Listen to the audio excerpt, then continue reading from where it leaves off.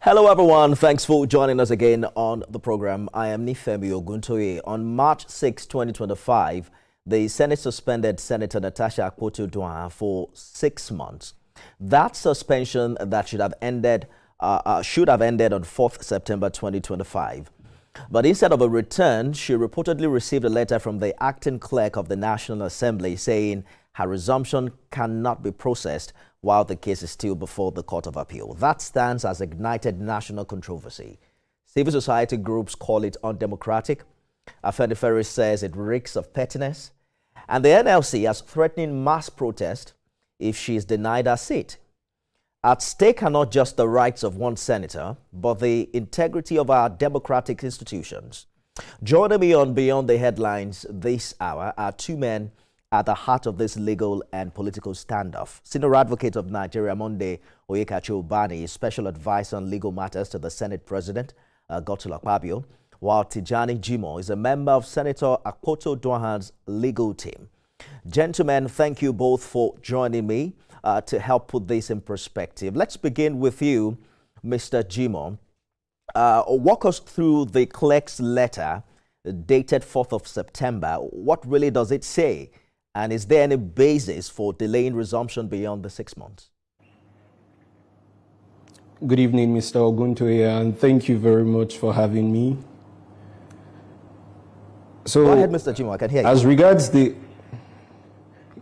Yes, please. As regards the letter sent by the acting clerk of the Senate to Senator Akpoti-Uduaghan, with the greatest respect to the office of the clerk, the position taken therein by the office of the clerk was clearly misconceived, and there is no basis whatsoever upon which she may be denied entry into the Senate to resume her functions and to resume her duties as a legislator.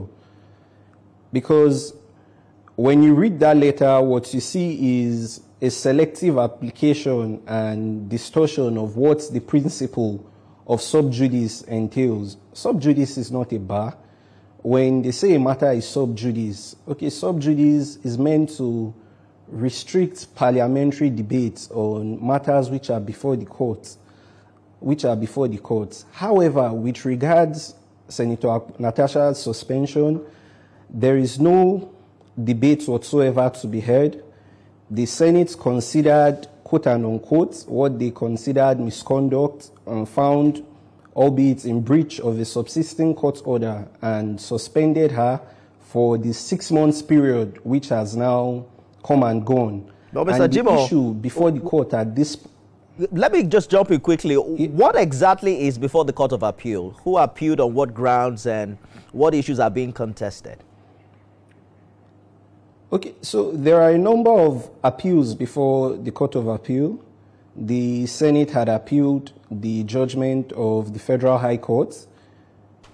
The Senate President, Godswill Akpabio, also filed an appeal, and Senator Akpoti also filed an appeal. So there's an appeal and there are cross appeals pending before the Court of Appeal. Let me bring in the senior advocate into this conversation. He is the special advisor on legal matters to the Senate President. Mr. Bani, thank you for joining us on the program. Let's hear from you. What's the legal foundation for the Senate's insistence that Senator Akpoti-Uduaghan cannot resume until the Court of Appeal decides?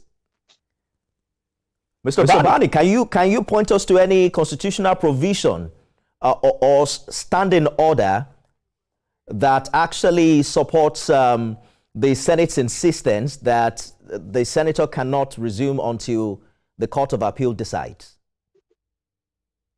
Which Senate? Has there been any response formally by the Senate was the Senate ever written by Senator Akpoti that she wants to resume, and the Senate has responded to that? I don't know. Can you point out any response by the Senate to Akpoti? Is there any response from the Senate?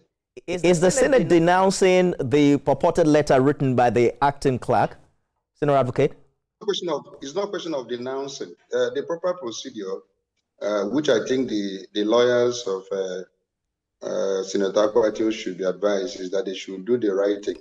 The letter should have been addressed to the leadership of of the Senate, and that is the chairman of the National Assembly, the Senate President.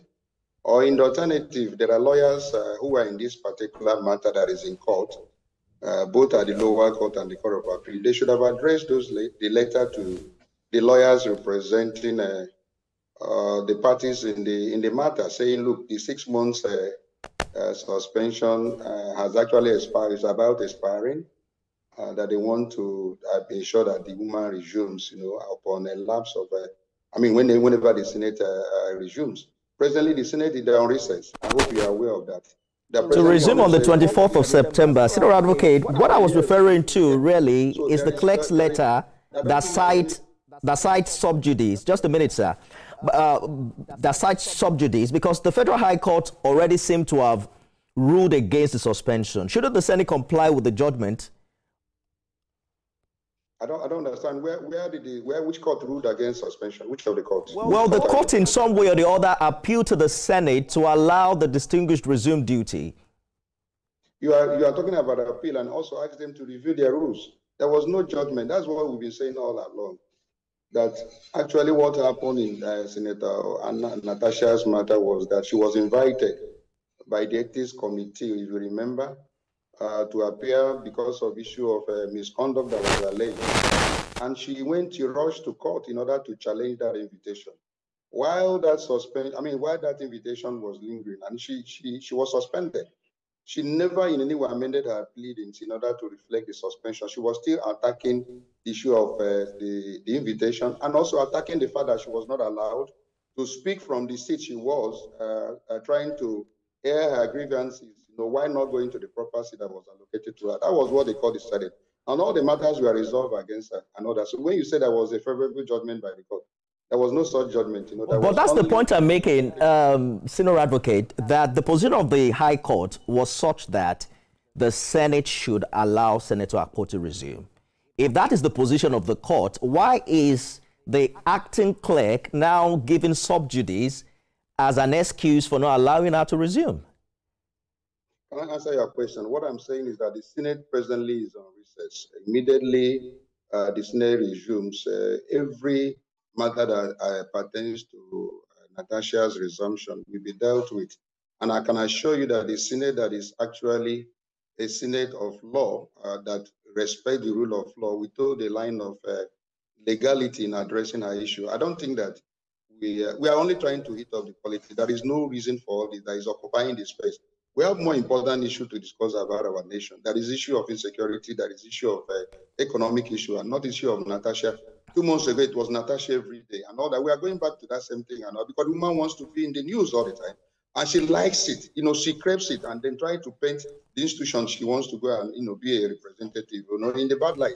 The Senate is on recess and immediately the Senate resumes. The issue of Natasha will be dealt with and we'll move on as a nation and all that. So the Senate is on recess presently.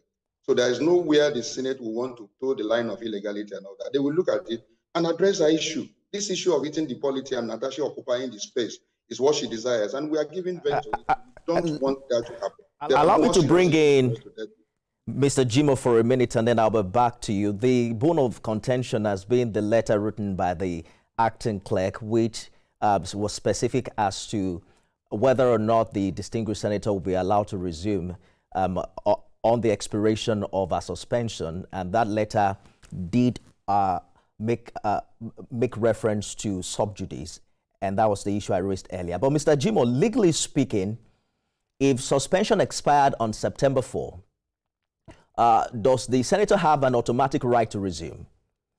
If so, what steps is your team taking to enforce that right? Sorry, Mr. Oguntoye, can you take that again? Well, I'm asking that if the suspension expires on 4th of September, does she automatically resumes? And what step is your team taking to enforce that right? Okay, thank you very much. Yes, with the expiration of the appeal, that gives her the strongest legal footing. At that point, they are no longer debating whether or not the suspension was illegal. She is simply saying, I have been punished. She can raise a plea of outrageous convict. She has served her punishment, and at that point, there is no bar whatsoever. There is nothing stopping her from resuming her duties immediately. The Senate had considered the situation, handed down a sentence. That time has come and gone, and at that point, and at this point, presently speaking, there is nothing whatsoever standing in the way of her resumption.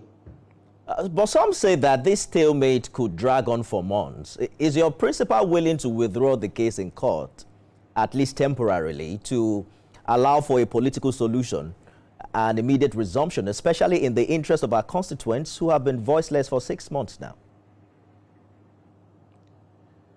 Yes, the last hope of the common man, as they always say, is the courts. Sadly, the good people of Kogi Central have had to be in the last 6 months without any representation at the Senate, sadly. And because of the constitutional issues agitating therein in the appeal pending, a political solution would not lay this matter to rest effectively, because when you look at the precedents over the years, this is not the first case of suspension. The law is clear, and this continues to happen. So when you say a political solution, what good would we be doing? We're hopeful that the Court of Appeal would decisively deal with this issue and put an end to this once and for all. These are clear infractions of the law. The judgment of the Federal High Court, per my Lord Justice Binta Onyako, she held the suspension to be excessive and overreaching. When we say overreaching, what was it overreaching? It was overreaching the Constitution. And it is elementary constitutional law that when something is inconsistent with the Constitution, it is null and void to the extent of its inconsistency. Thank you. Tijani Jimo, member of Senator Akpoti-Uduaghan's legal team, Monday Obani, senior advocate of Nigeria, special advisor on legal matters to Senate President Godswill Akpabio. Gentlemen, please, we're going to go on a short break and then we'll return to this conversation. Stay with us, everyone.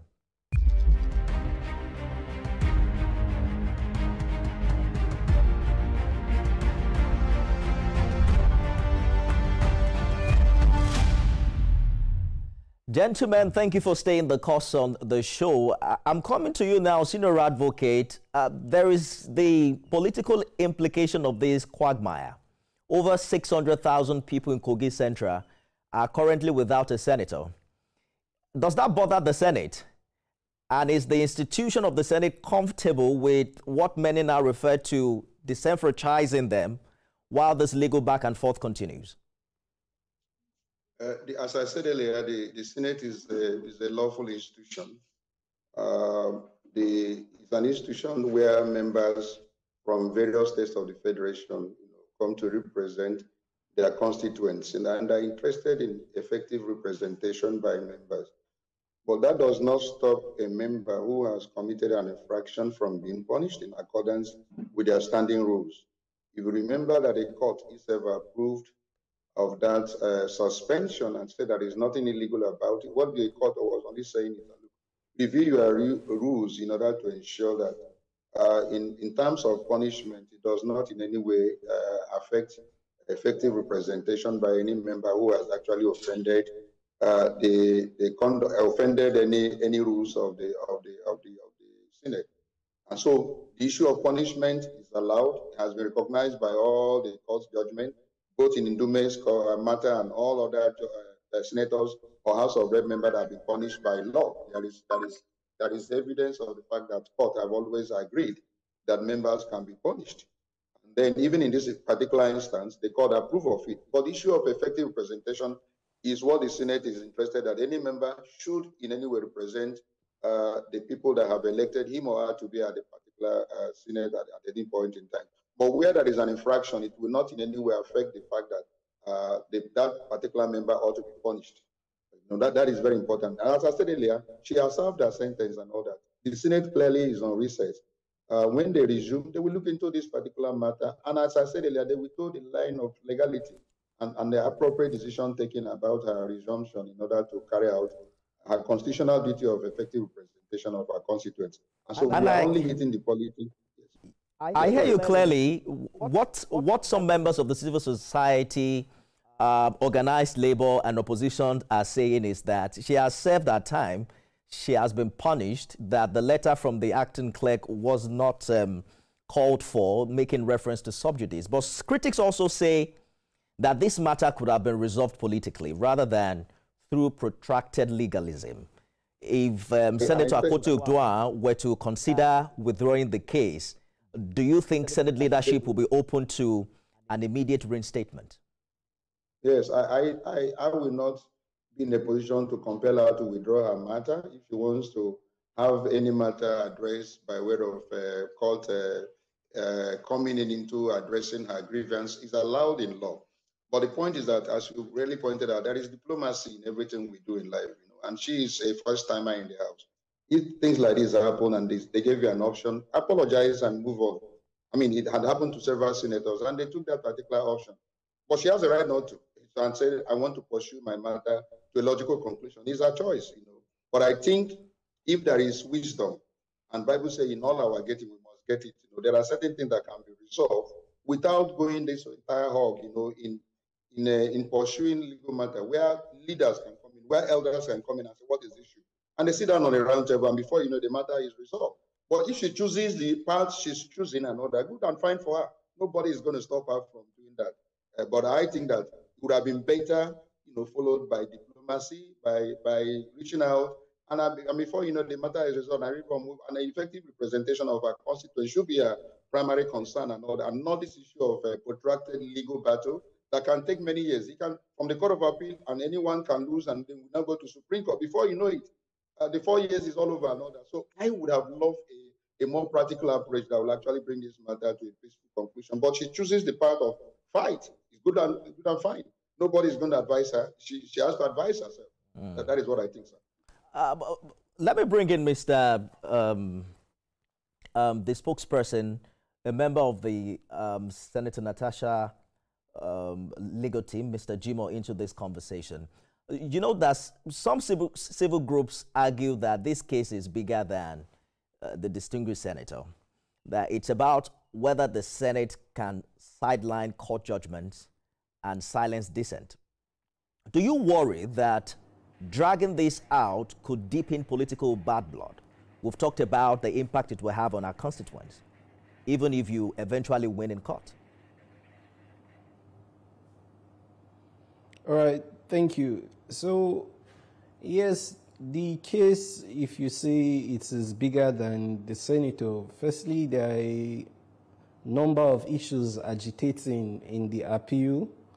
There's the issue of a fine, which the court had fined the senator, and that is a quasi-criminal sentence, and that she has appealed as of right.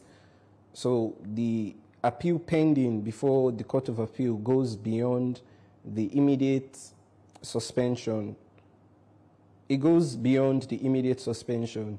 As regards whether the issue is bigger than the senator, there are very serious constitutional issues agitating in the appeal.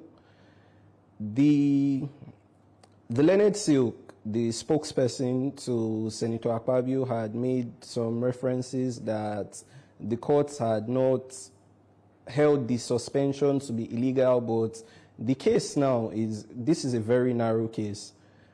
The contention was never that the Senate does not have the power to suspend, but initially she went and challenged the process leading to her referral, which was in breach of her right to fair hearing, and the court did find that in her favor. Also, when you say the Senate has the power to discipline, Senate has the power to discipline, yes, but within the ambits of the law. Within the ambits of the law, the Legislative Powers, Houses Powers and Privileges Act and the Senate Standing Rules provide a maximum of 14 days. This is a suspension running over about 180 days, about 10 times the legally allowed, the upper end of the limit allowed for a suspension. So it's not whether they have the right to suspend her, to discipline an erring member, but the process leading up to that. Yes, there are laws, and laws were meant to be obeyed and must be obeyed. Mr. And Jimo, it is very important that the court makes a pronouncement on this issue, because At the point where the Senate handed down the sentence on her, the Senate was functus officio at that point as regards punishing her, and there is no review to be made when the Senate comes from recess. It goes without saying. She has... Yes, please. I just wanted to know what the update is with the sexual harassment case. Is it part of the issue you have appealed at the court? What is the current status as we speak? Okay, thank you. The issue of sexual harassment is currently not before the courts, as that was before the Senate Committee of Ethics and Privileges. However, the same committee of the Senate had, on the premise of sub judice, adjourned that petition sine die, and it does not currently form part of the appeal before the Court of Appeal. Did the senator at any time had the opportunity to provide evidence, as she claimed earlier, before this committee? No, because the committee has not proceeded to hear the matter, as it was adjourned sine die on the grounds of the matter being sub judice. If she had an evidence, why didn't she go to court if she's not getting a chance to, prove her case with the committee? Why was this omitted from her grievance in court? Yes, okay, thank you very much. As regards going to court, now, there are different subject matters, and the law provides a number of avenues which you can use to address your grievances. As a member of the House, the Senate has the Committee on Ethics and Privileges, and which also governs Code of Conduct. The petitioner and the respondent in this case are both members of the Senate, and there's nothing wrong with her taking that matter to the Senate Committee on Ethics, whilst the issue of her referral to the committee, which then led to her suspension, which breached some of her fundamental rights, was taken to the Federal High Court, which was the appropriate avenue to address that grievance. You know that the issue of allegations of sexual harassment became a bone of contention that many Nigerians became highly interested in. If you didn't have a chance with the committee, many Nigerians would have thought that that should be one of the issues you should have raised in court, especially since she mentioned that he had evidence in that regard. But, Senior Advocate, let me come to you very quickly. This standoff has unleashed a barrage of attacks on the Senate itself. Afenifere calls it petty. Some are reporting that it's a dangerous precedent. And you've heard the NLC also threatening to march on the National Assembly if she's blocked from resuming. Does the Senate leadership appreciate the reputational damage? And do you think it's worth risking public unrest and institutional credibility over one suspension? I need to address some of the things my learned colleague has said about the judgment at the Federal High Court before I address your last question. There was no we have just about 2 minutes, sir. Are you hearing me? Yes, I said we have about 2 minutes, sir. Okay, there was no time there was any favorable judgment concerning her invitation by the ethics. She rushed to court saying that her right of fair hearing was breached by that invitation, and the court held that there was no breach. The point is that she was invited. It is only when she goes to that particular decision that she can allege anything, if there is anything that happened at that particular panel. But you have been invited, and you have not even approached the panel, and you are now alleging breach. So the court held against her. So in all the things she actually asked the court to resolve in her favor, all of them, 4 of them were resolved against her, including some legal punishment, in paying fine and apologizing and all that. So the point must be clear to the legal team. And there was no time issue of suspension was before the court. What was before the court? The process of that invitation. And that is also what the Court of Appeal will decide. Now, concerning the question about reputational damage you mentioned, the point is this. Presently, the Senate, and I repeat, and I reiterate, the Senate is clearly on recess at this point. When they resume, the issue of Akpoti's resumption will be addressed by the leadership of the House, and there won't be any issue. The issue of anyone threatening, NLC has a lot of more things to do in terms of welfare of workers, rather than probably begin to now line up to go and say, calling Nigerians out to come and protest against Akpoti. Akpoti is only an individual. She's not the first senator to be in the Senate, and she won't be the last. So this issue of a first timer, causing so much chaos in the system and everyone is making her headline and all that. To me, it's of no consequence. The issue will be addressed by the leadership of the Senate. They are lawful. It's a lawful institution. They follow legality. They have not done anything wrong. She was not allowed to be resumed by the court. There was no time the court made any ruling. The court would have, the Senate would have obeyed if there was any such thing. And we are now on appeal on that issue. It was her that went on appeal, and then the Senate cross-appealed. It's important we also put that fact out, that the Senate did not appeal first.